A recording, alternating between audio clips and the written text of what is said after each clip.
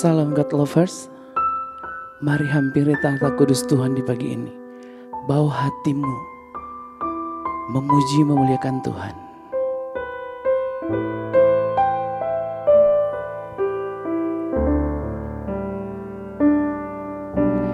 Tak sebatas lagu, tak sebatas perlu, ku datang Tuhan,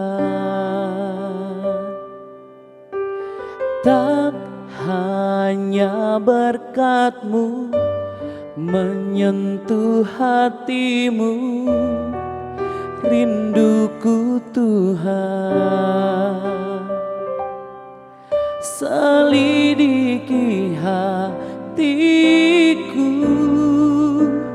apa ku sungguh mengasihi-Mu. Tuhan, ini yang ku punya, kehidupan yang telah Kau beri. Kasih-Mu buatku mengerti, hidupku ini lagu cinta untuk-Mu. Tuhan, ini yang ku punya, kehidupan yang telah Kau beri. Kasih-Mu buatku mengerti, hidupku ini lagu cinta untuk-Mu. Kasih-Mu buatku mengerti, hidupku ini lagu cinta untuk-Mu. Halo Shalom, selamat datang di Words from Heaven bersama saya Pastor Agu Lewi, dan hari ini saya mau berbicara tentang bermimpi yang baru. Kita semua pernah mengalami apa yang namanya kegagalan, kekecewaan, ketakutan, rasa minder dan rasa gagal karena mungkin apa yang kita harapkan tidak seperti yang kita bayangkan. Apa yang kita ekspektasikan tidak seperti realita yang kita rasakan. Ada seseorang yang bilang bahwa misalnya kekecewaan adalah jarak antara ekspektasi dengan realita. Semakin jauh jarak antara ekspektasi dengan realita, segitulah banyaknya volume dari kekecewaanmu. So, maka dari itu tentu saya setiap hari berhadapan dengan orang-orang yang ekspektasinya terlalu tinggi sampai terlalu jauh dengan realitanya dan menghadirkan kekecewaan yang amat sangat. Tapi izinkan saya perkatakan hal baik bagi saudara. Jangan menyerah dan Tuhan belum selesai dengan Anda. Efesus 3:20 mengatakan bagi Dialah yang dapat melakukan jauh banyak daripada yang kita doakan atau pikirkan. Seperti yang terdapat dari kuasa yang bekerja di dalam kita. Saudara, bagi Anda yang mimpinya sudah habis, bagi Anda yang punya mimpinya sudah berantakan, izinkan saya perkatakan hal ini. Tuhan belum selesai dengan Anda dan Anda perlu bermimpi yang baru. Kita mungkin berpikir dunia kita habis pada waktu apa yang kita harapkan habis. Dunia kita mungkin sudah selesai pada waktu apa yang kita sudah rencanakan bertahun-tahun mungkin pudar begitu saja. Tapi Tuhan bukanlah Tuhan yang selesai di situ.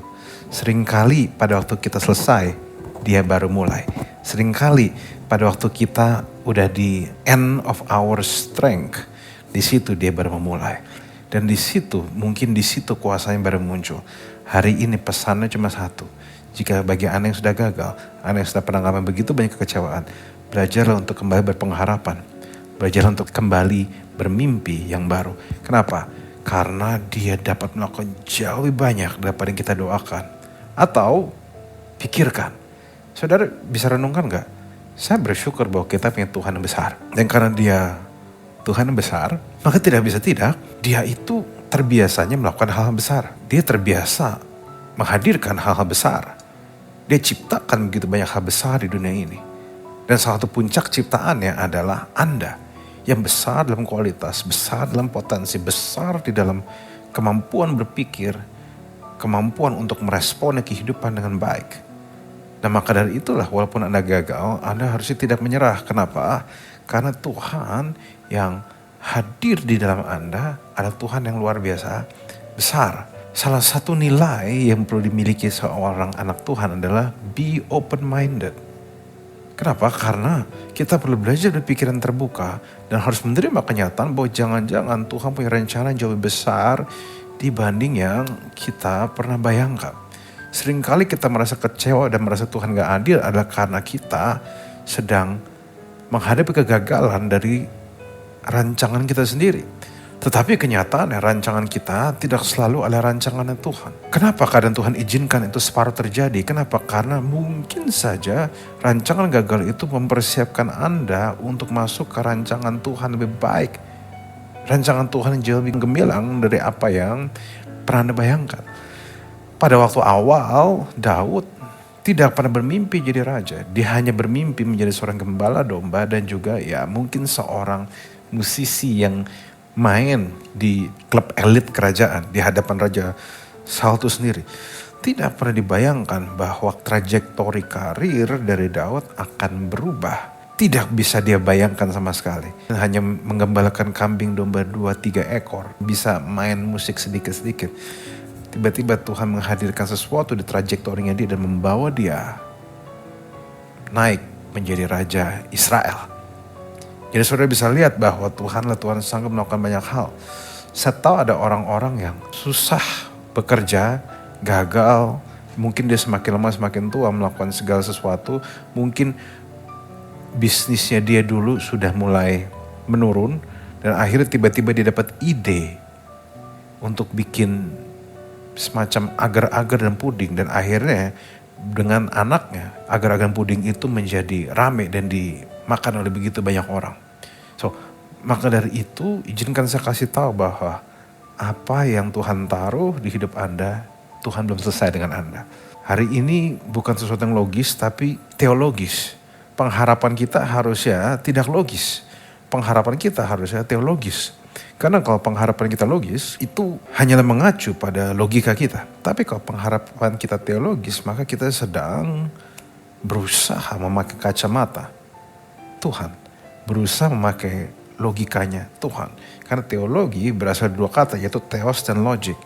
Ada yang bilang itu belajar tentang Tuhan, Theos logos, tapi juga yang satu, theos logic, yaitu menyelami, berusaha mengerti logika tentang Tuhan.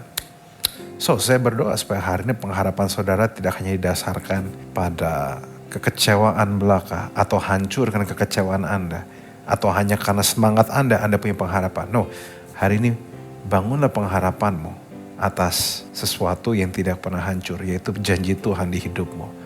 Seperti ada satu kata, seorang misionaris, dia bilang gini, God is big, make your plan big. Rancangan harus besar, mimpi harus besar, tapi mulai dari hal kecil. Karena itu prinsipnya Tuhan. Semua pohon besar yang kita miliki hari ini, semua pohon besar yang kita lihat, pohon besar rindang yang melindungi kita dari berbagai macam panas, semua dimulai dari satu yang kecil. So, Tuhan tidak pernah tertarik dengan hal-hal besar karena dia bisa buat hal-hal besar. Tapi tantangan dia adalah bagaimana hal kecil yang saudara miliki, kalau saudara setia dan usahakan dan menjadi besar, itu menjadi sesuatu yang memuliakan dia. Starts from small, dan jangan takut. Mari kita berdoa. Tuhan, ajar kami untuk berpikir lebih terbuka. Ajar kami untuk membuka hati kami lebih. Untuk kami bisa menghidupi lebih banyak hal di kehidupan kami. Untuk kami gak takut dengan pengharapan di depan. Untuk kami gak khawatir dengan hal-hal yang ada di depan. Terima kasih Bapak. Biarlah ini menjadi sebuah rema di kehidupan semua jemaat yang mendengar. Terima kasih Tuhan. Dalam nama Yesus, amin. Silakan bagikan tautan ini, semoga jadi berkat. Thank you. God bless you.